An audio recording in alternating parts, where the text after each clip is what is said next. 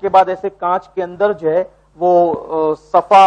کی پہاڑیوں کا حصہ ہے اور ادھر بھی کانچ کے اندر مروہ کی پہاڑیوں کا حصہ ہے، تو آپ وہاں پر جائیں اور اس طریقے سے آپ جب کھڑے ہوں گے نا تو آپ کو کعبۃ اللہ شریف نظر آئے گا، ہلکا سا نظر آئے گا کیونکہ ابھی وہاں کام چل رہا ہے نا، تو اس لیے پورا نظر نہیں آتا، تو اور ہو سکتا ہے کہ آپ جائیں گے تو مزید کوئی پارٹیشن انہوں نے ٹھوک دیا ہو تو نظر بھی نہ آئے۔ کعبے کی طرف رخ کریں اور رخ کر کے آپ دعا کریں، اتنی دیر تک دعا کریں کہ جتنی دیر میں قرآن شریف کی 20 سے 25 آیتوں کی تلاوت ہو سکتی ہے اتنی دیر تک کعبے کی طرف رک کر کے دعا کریں۔ دعا کرنے کے بعد نیت کریں، اللہم انی ارید السعی بین الصفا والمروہ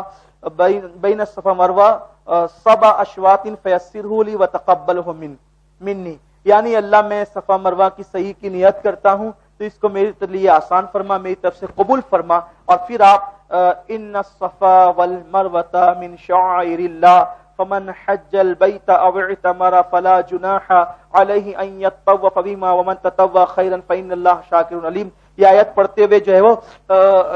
مسا سے یعنی کہ صفا سے نکلیں گے اور مسا کی طرف بڑھیں گے، اور جہاں تک وہ ہری لائٹ ہوتی ہے نا وہاں تک آپ کو اپنا نارمل چل کر کے جانا ہے، اور جب ہری لائٹ پر آپ آئیں گے تو وہاں پر آپ کو چھوٹے قدم سے ہری لائٹ سے لے کر ہری لائٹ تک کہ آپ کو دوڑنا ہے، چھوٹے قدم سے، بہت تیز نہیں، چھوٹے قدم سے۔ وہاں بھی دعا کی قبولیت کا وقت ہوتا ہے، وہاں بھی دعا کریں، کیونکہ وہ اتنی جگہ کو میلین اخضرین کہتے ہیں کہ حضرت ہاجرہ، اصل میں وہ دوڑنے کا جو تصور ہے وہ یہ ہے کہ حضرت اسماعیل علیہ السلام کو جب پانی کی پیاس لگی تھی تو حضرت ہاجرہ جو ہے وہ صفا پہ کھڑے ہو کر کے ادھر ادھر دیکھتی تھی اور پانی نظر نہیں آتا تھا، تو کیا کرتی تھی، وہ دیکھ کر کے پھر جاتی تھی، اور جیسے ہی خیال آتا تھا کہ میرا بچہ میری نظروں سے اوجھل ہو گیا ہے تو وہ پھر اتنی جگہ پر مروہ کی طرف جانے سے پہلے دوڑتی تھی کہ میں جلدی سے پہنچ جاؤں اور اوپر چڑھ کے میرے بچے کو میں دیکھ لوں۔ تو جتنی دیر وہ دوڑی ہے اتنی دیر دوڑنا اللہ سب کے لیے سنت بنا دیا، تو یہ سنت کا یہ اس کا تصور ہے، تو اتنی دیر میں دوڑیں، اور عورتیں تھوڑا سا تیز چلیں۔ مردوں کو دیکھ کر عورتیں بھی دوڑنے لگتی ہیں، لیکن عورتیں وہاں نہ دوڑیں بلکہ وہ تھوڑا سا تیز چلیں، معمول سے تھوڑا سا تیز چلیں۔ پھر اس کے بعد آپ مروہ پہ پہنچیں گے۔ لوگوں کو یہ ایک شبہ ہوتا ہے کہ ہم نے کعبے کا جو طواف کیا تھا تو رکن اسود سے لے کے رکن اسود تک ہمارا ایک چکر ہوا تھا، تو لوگ وہاں بھی اسی اشکال میں پڑ جاتے ہیں کہ صفا سے لے کے صفا تک ہمارا ایک چکر، نہیں ایسا نہیں ہے، یہ تو آپ 14 چکر کر لیں گے، بہت تھک جائیں گے، پریشان ہو جائیں گے آپ۔ تو اس لیے آپ یہ کریں کہ صفا سے مروہ تک ایک چکر، پھر مروہ پہ رکیں، ایک چکر ہو گیا پورا، پھر رکے، پھر دعا کریں، جتنی دیر ادھر دعا کی تھی۔ لوگ پھٹافٹ کھٹاکھٹ کرتے ہیں، پھر یہی بات ہے، ہم عبادت کے لیے آئے، سکون سے کریں، آنے کے لیے تو تڑپتے تھے، روتے تھے، تو اس لیے بہت جلدی بھاگ دوڑ نہیں کریں بلکہ اطمینان سے، پھر وہاں دعا کریں کعبے کی طرف رخ کر کے۔ حالانکہ پولیس والا کھڑا ہوتا ہے، جو بھیڑ کی وجہ سے سب کو ہٹاتا رہتا ہے، لیکن کم سے کم اگر نہیں موقع ہے تو سورہ فاتحہ ہی پڑھ لے دعا کی نیت سے، پھر مروہ سے صفا کی طرف آئیں۔ تو دوسرا چکر ہوگا، پھر وہاں دعا کریں، پھر تیسرا چکر میلین اخضرین پہ جاتے ہوئے بھی دوڑنا ہے، آتے ہوئے دوڑنا ہے۔ 7واں چکر آپ کا جو ہے وہ مروہ پہ مکمل ہوگا، اور یہ 7واں چکر مکمل ہوا تو آپ کا عمرہ بھی پورا ہو گیا، آپ کا عمرہ بھی پورا ہو گیا۔ اب اللہ توفیق دے تو 2 رکعت نفل شکرانے کی پڑھ لیں، اور اب آپ جو ہے وہ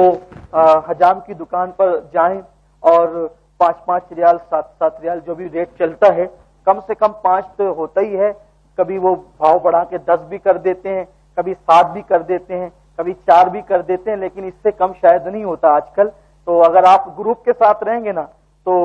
8-10 لوگ رہتے ہیں تو وہ ڈسکاؤنٹ کرتے ہیں، کنسیشن کر دیتے ہیں وہ لوگ، تو اس لیے جو ہے وہ آپ ساتھ میں رہیں گے تو 8-10 لوگ رہیں گے، پھر وہاں جائیں اور پھر بیٹھیں، اور جب سر مڈایا جائے تب بھی دعا کریں، وہ قبولیت کا وقت ہے۔ کچھ لوگ جو ہے وہ کٹنگ کروا لیتے ہیں، بال کٹوا لیتے ہیں، عورتوں کے لیے ہے کہ وہ انگلی کے پورے کے برابر چوٹی سے بال لے اور وہ انگلی کے پورے کے برابر کاٹ لے۔ مردوں کے لیے یہ ہے کہ وہ افضل ہے کہ وہ اپنا حلق کروائے، ٹکلا کرائیں، کیونکہ حضور علیہ السلام نے تقصیر کرانے والوں کے لیے 1 مرتبہ دعا کی ہے، اور حلق کرانے والوں کے لیے اللہ کے نبی نے 3 مرتبہ دعا فرمائی۔ تو حضور کی 3 مرتبہ والی دعا ہمیں چاہیے نا کہ جتنا بھلا ہو اپنا۔ وہ آج کل کے نوجوان چھوکرے وہاں جاتے ہیں، اب تو فیشن ہو گیا حج عمرہ، تو وہ کٹنگ کرواتے ہیں اور ایسے ہی گھومتے رہتے ہیں. میں نے کئی لوگوں کو کہا نبی کے نام پہ جان قربان کرنے کی بات کرنے والوں, نبی کے نام پہ تم بال قربان نہیں کر سکتے, عورتوں کی طرح کر رہے ہو. اور چلیں ٹھیک ہے, اجازت دی ہے اسلام نے, لیکن حضور نے 3 بار دعا کی ہے. جنہوں نے سر منڈانا ہے ان کے لیے حضور نے 3 بار رحمت کی دعا کی ہے. ارے حضور کی رحمت کی دعا 3 بار جس کو ملے کیا کم ہے؟ اس لیے جو ہے وہ حلق کراؤ, اور اس وہاں حلق کرانے کا مزہ ہی الگ آتا ہے. یہاں کرائیں ٹکلا بنایا تو شرم آتی ہے, لیکن وہاں اگر کرائیں تو چہرہ منور ہو جاتا ہے. وہاں حلق کرانے سے آپ خود غور کرنا, جب آپ کے بال ہوں, کرسی میں بیٹھ رہے ہو تو تب اپنا چہرہ دیکھنا, اور جیسے ہی وہ آپ کے سر پہ پھرے گا اور پھر اپنا چہرہ دیکھنا دونوں میں فرق ہو جائے گا. یہ اللہ کی نشانیوں میں سے ایک نشانی ہے. بال کیا اترے, ساری گناہوں کی گندگی اتر گئی, اور آپ گناہوں سے ایسے پاک ہو گئے جیسے ابھی ماں کے پیٹ سے پیدا ہو. تو اب آپ نے بال کاٹ لیے, بال کٹ گئے آپ کے, تو ایسی صورت میں اب آپ احرام سے باہر آ گئے. غسل کیجئے, کپڑے پہنیے, اور اب آپ پر جو چیزیں پہلے احرام کی وجہ سے حرام ہو گئی تھی وہ ساری چیزیں حلال ہو گئی.